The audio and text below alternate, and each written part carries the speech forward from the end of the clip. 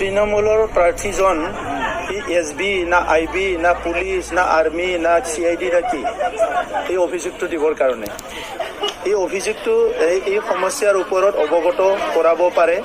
SBৰ মানুহে IBৰ মানুহে পুলিচে আৰু কোনোবা চোৰাংচোৱা বিভাগে গতিকে এতিয়া তেখেতে নিজে ৰাজনীতি নেতা বুলি ভাবে না চোৰাংচোৱা বুলি ভাবে মই নাজানো গতিকে আগতে যি সময়ত বিটিআৰ অঞ্চলত অশান্তি আছিলে মানুহে ভয়কে জীৱন যাপন কৰিব লাগিছিলে এই মহাশয় ক'ত আছিলে আজি শান্তিৰ সময়ত তেখেতে এইবিলাক কথা ওলাইছে বিটিআৰ অঞ্চলটো শান্তি হোৱাটো তেখেতে বিচাৰে না নিবিচাৰে তৃণমূলৰ এই কেণ্ডিডেট মহাশয় মইতো নামটো নাজানো তেখেতে এই বিটিআৰ অঞ্চলত শান্তি হোৱাটো বিচাৰে না নিবিচাৰে যদি শান্তি হোৱাটো বিচাৰে তেখেতে শান্তিৰ কাৰণে কাম কৰিব লাগে আমিতো শান্তিৰ কাৰণে কাম কৰি আছো গতিকে দুটামান ভোট বটলিবলৈ বিটিআৰ অঞ্চলত যি টি কথা কোৱাটো ঠিক নহয় ইয়াত আগতে সংঘাত হৈ গৈছে জাতিগত সংঘৰ্ষ হৈ গৈছে তাত বহুত মানুহৰ জীৱন গৈছে সম্পত্তি নষ্ট হৈছে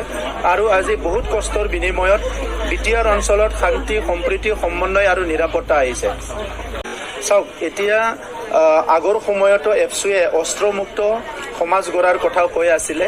আৰু হিংসামুক্ত সমাজ গঢ়াৰ কথা কৈ আছিলে 2009 চনৰ পৰা মই তেতিয়া এফচুত আছিলোঁ খাম্ফা বৰগোহাঁই ক'ত আছিলে মই নাজানো সি যদি সপোনৰ দুনিয়াত ঘূৰি আছিলে ক'ৰবাত যদি বেলেগত আছিলে সি মই নাজানো কিন্তু 2007, 8, 9 এইখিনি সময়ত বিটিআৰ অঞ্চলত ভাতৃঘাত সংঘৰ্ষ হয় 100তকৈ বেছি মানুহ মৰিব লগা হৈছে সাংবাদিক জগদীশ শইকীয়াক হত্যা কৰা হৈছে তাক বডোচাক হত্যা কৰা হৈছে প্ৰফেচাৰ বডোচাক হত্যা কৰা হৈছে বহুত মানুহ হত্যা কৰা হৈছে এইখিনি সময়ত তো ক'ত খাম্ফা বৰগোহাঁই ডাঙৰীয়াই শুই আছিল 2008ত সংঘৰ্ষ হ'ল 12ত সংঘৰ্ষ হ'ল 14ৰ সংঘৰ্ষ হ'ল খাম্ফা বৰগোহাঁই ডাঙৰীয়া ক'ত শুই আছিল এইবিলাক সময়ততো নিখিল বড়ো ছাত্ৰ সন্থা ময়ে আছিলোঁ এই সময়ত আমি শান্তিৰ কাৰণে মাত মাতি আছিলোঁ সমন্বয়ৰ কাৰণে মাত মাতি আছিলোঁ তেখেতসকলৰ ভুল নীতিৰ কাৰণে তেখেতসকলৰ অপাৰিপক ৰাজনীতি কিছুমান পদক্ষেপৰ কাৰণে বিটিআৰ অঞ্চলটো জ্বলন্ত এটা অৱস্থালৈ গৈছিলে বড়ো অনাবৰৰ সৃষ্টি হৈছিলে বিভিন্ন সমস্যাৰ সৃষ্টি হৈছিলে খাম্ফা ডাঙৰীয়াই নিজে ভদ্ৰলোক হৈ পেলাই ঘূৰি ফুৰি আৰামছে এণ্টাৰটেইনমেণ্ট কৰি আছিলে এইবিলাক কথা খাম্ফা ডাঙৰীয়াই নাজানিব আজি মই দেখিছোঁ আৰু শুনিছোঁ যে হাগ্ৰামা মহিলাৰী ডাঙৰীয়াই চন্দন ব্ৰহ্ম ডাঙৰীয়াৰ কথাটো লৈ পেলাই মিয়া জনগোষ্ঠীক এটা অপমান কৰিছে তেখেতে কৈছে কোনোবা খুন্দৰ মিয়া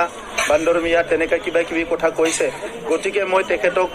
তেনেকা কথা ক'বলৈ নাপায় এই কথাটো শুনি পেলাই দুখ লাগিছে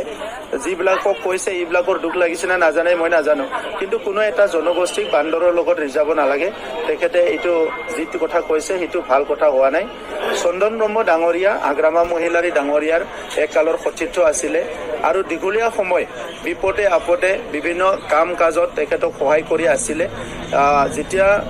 BLTত আছিল তেতিয়াও তেখেতে শান্তি চুক্তিৰ কাৰণে আগত গৈ পেলাই কাম কৰিছিলে যেতিয়া BTC গঠন হ'ল ডেপুটি চিফ হৈ প্ৰথমতে চিষ্টেমটো ঠিক কৰাৰ কাৰণে তেখেতে কাম কৰিছিলে আৰু যেতিয়া মন্ত্ৰী হয় তেতিয়াও অসম চৰকাৰৰ লগত সমন্বয় ৰাখি বিভিন্ন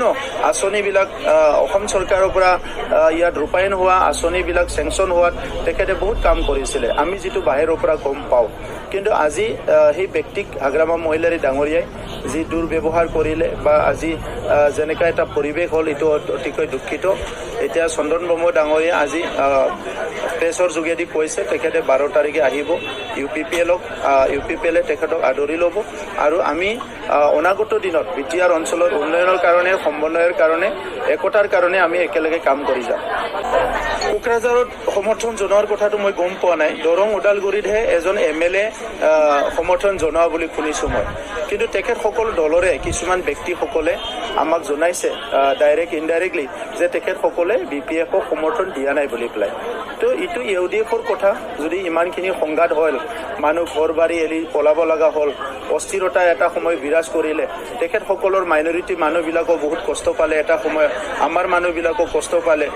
এই সময়ত কাৰ চৰকাৰ আছিলে তো সেই মানুহবিলাকক যদি আজি চিনি নাপায় এইটো তেখেতসকলৰ কথা আমাৰ ক'বলগীয়া নাই কিন্তু আমাৰ কথা চিধা বিটিআৰ অঞ্চলৰ শান্তি সম্প্ৰীতি উন্নয়নৰ কাৰণে আমি কাম কৰি যাম নৰেন্দ্ৰ মোদী ডাঙৰীয়াক তৃতীয়বাৰৰ কাৰণে